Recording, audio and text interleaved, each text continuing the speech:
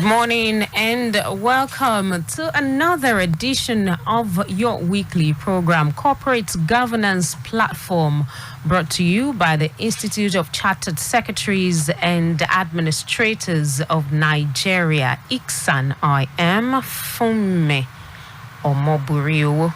Today on the program, we will be looking at roles and relevance of non-executive directors to corporate success. Roles and relevance of non-executive directors to corporate success. Our guest on the program this morning, we have Mr. Abiodun Ajifolawe, FCIS, Company Secretary, IGI PLC. Good morning, Mr. Ajifolawe. Good morning. All right. I'm happy to be here. Good to have you right here on the program. Thank you so much. And also right here is Mr. Kayode Ketefe, FCIS, Head of Research, ICSAN. Good morning, Mr. Ketefe. Good morning, Funmi. Good morning, our listeners. Okay. All right, before we move ahead, let's take this message. We'll be right back. Hey, Obinna, good to see you. You look so worried. Is everything all right? I'm having serious issues in my company. Balancing the interests of my company's many stakeholders like shareholders, management, customers, financiers, government, and communities giving us a problem. That has to do with corporate governance. Exactly. Then, you need to get in touch with ICSAN. ICSAN? Yeah, Institute of Chartered Secretaries and Administrators of Nigeria, ICSAN. They provide you with seasoned and top-ranking professionals trained to uphold the standards of corporate governance and efficient operations. You can also get in touch with ICSAN if you want to become a chartered secretary and administrator. Contact ICSAN by visiting the website www.icsan.org or call 009 06 601 69. ICSAN, the hub of governance professionals. All right, ICSAN, definitely the hub of governance professionals. And let me remind you that ICSAN is a member of the Corporate Secretaries International Association, a Hong Kong-registered global organization that is dedicated to developing and growing the study and practice of secretaryship to improve professional standards, the quality of governance practice, and to improve organizational performance. It's a global voice of corporate secretaries and governance professionals. Like I said earlier, today we're looking at roles and relevance of non-executive directors to corporate success. Mr. Ajifolawe, who are the non-executive directors? Thank you so much. A non-executive director is a member of a company's board of directors who is not part of the executive team. A non-executive director typically does not engage in the day-to-day management of the organization, but is involved in policy making and planning exercises. They are appointed from outside the company based on their extensive experience, knowledge, and of course, personal qualities. Okay, apart from the policy making which you mentioned, there are other roles the non-executive director performs. Very good, thank you. Their roles, simply put, includes, but it's not limited to the following. They provide entrepreneurial and strategic leadership to the company.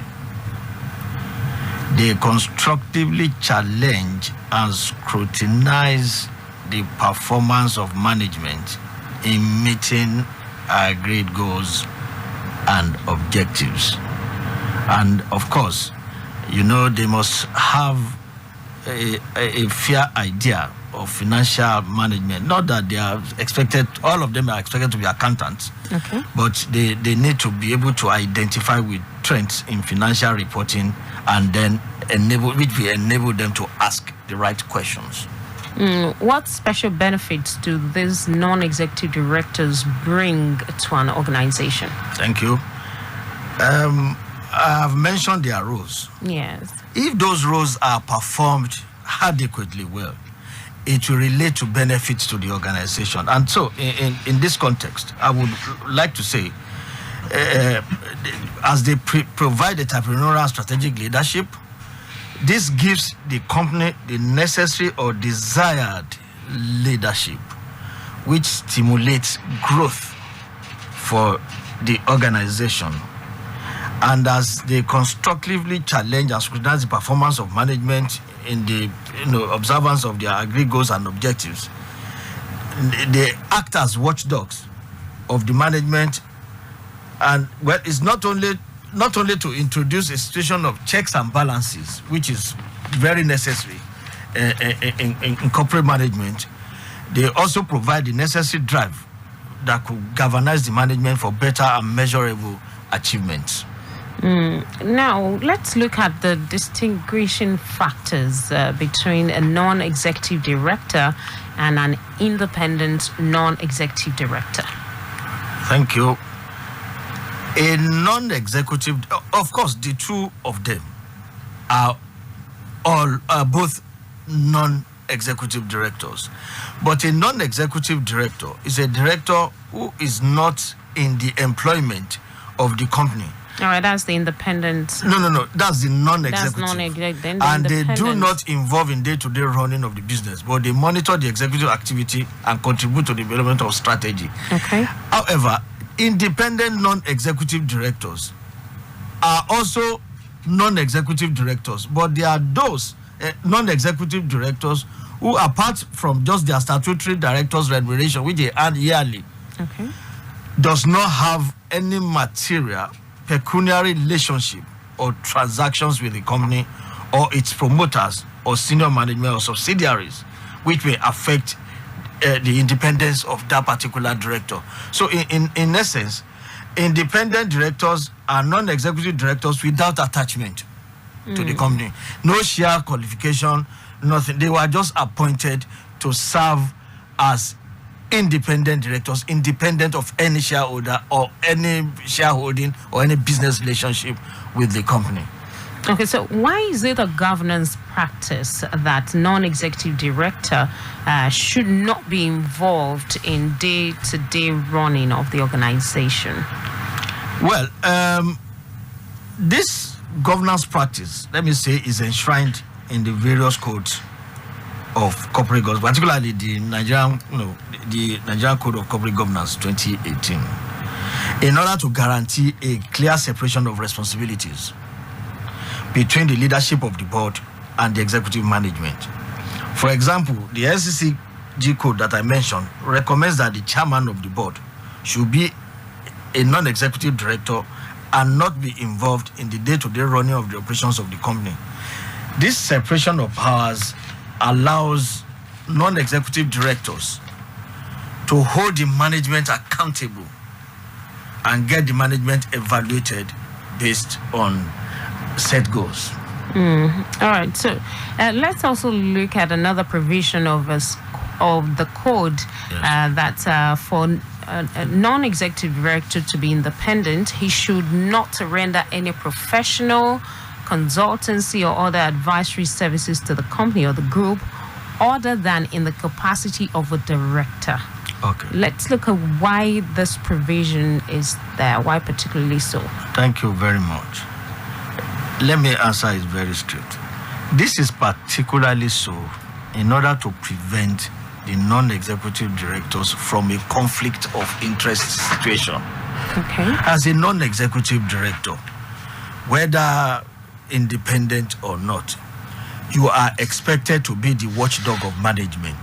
If you are in your own situation now engaging management in business activities, then that particular relationship will be tainted somehow. They can easily be conflicted if there are economic benefits to them coming from the executive directly to the non-execs, which may arise from services rendered to the company, and this could affect their work. If you understand what I mean, that is in terms of scrutinizing management performance. They are the ones to scrutinize management, engage them, see to it that they perform adequately well according to standards set. But if they are now engaged in business activities, that kind of relationship will taint their directorship of the company, because it will put them definitely conflict with their interest. Their interest will conflict as directors of the company, and this could destroy any form of objective evaluation the board could embark upon at any given time. All right, thank you so much, Mr. Biodun Ajifolawe.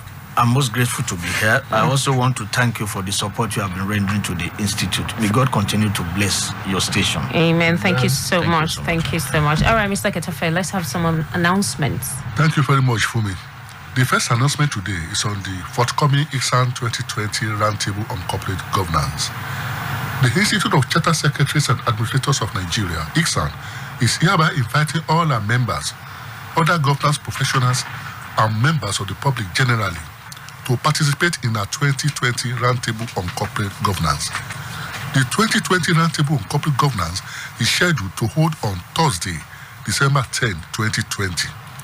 The theme of this roundtable is Evolving Dynamics in IT Governance, Obligation for Stakeholders. Evolving Dynamics in IT Governance, Obligation for Stakeholders. The mode of participation is by virtual method. The time is 11 a.m. West African time prompt. The chief host is the president of the institute and the chairman of the governing council, Mr. Bode Ayeku FCIS. The chairman of the occasion is a past president of the institute, Dr. Suleiman Ndanusa FCIS. The guest speaker is the co-founder and the CEO, Convention on Business Integrity, Mr. Soji Apampa, while the host is the chairman, Corporate Governance and Capacity Building Committee of the Institute, Dr. Adeyinka Hassan, FCIS. We also have discussants that will have spy to the discourse on that day. The discussants are an erudite scholar from Babcock University Faculty of Technology, Dr. Sheung Ebesua, and a seasoned and experienced corporate governance professional, Mrs. Ndidi Opapula. The schedule of participation fee is as follows. Member, 15,000 naira. Student, 10,000 naira. Non-member, 20,000 naira. Please note that participation in this event attracts 4 credit points for members. The ICSAN Roundtable on Corporate Governance is a medium to brainstorm on trending governance issues with a view to distill out some best practices and to promote the ideas of good governance. Hurry up to register now. You will be glad you participate. For more information on this, please contact OGG on 080-237-83043. Let me take it again. Contact OGG on 080-237-83043. All right, quickly, maybe you want to run through. The second announcement, quickly, is on the forthcoming task management masterclass.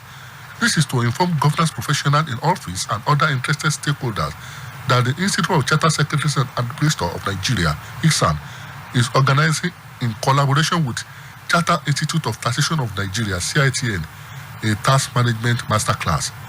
The theme of the masterclass is Encroaching Corporate Governance in Tax and Risk Management. The participation fee is 30,000 naira. The date of this event is Tuesday, December 8, 2020. The time is 10 a.m. prompt. The masterclass shall be held by virtual means. The link for participation shall be sent to participants upon registration for the event. A number of seasoned and experienced speakers have been lined up to share their knowledge. Please, for more information, call 080-90-660-169. More information on this masterclass, please call 080-90-660-169. Thank you and have a nice day.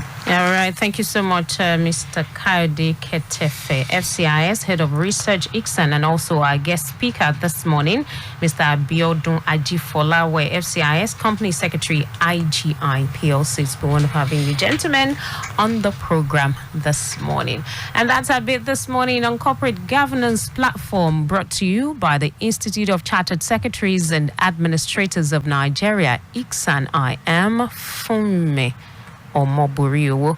Join us same time, same station next week for another package. Enjoy the rest of the day. Hey,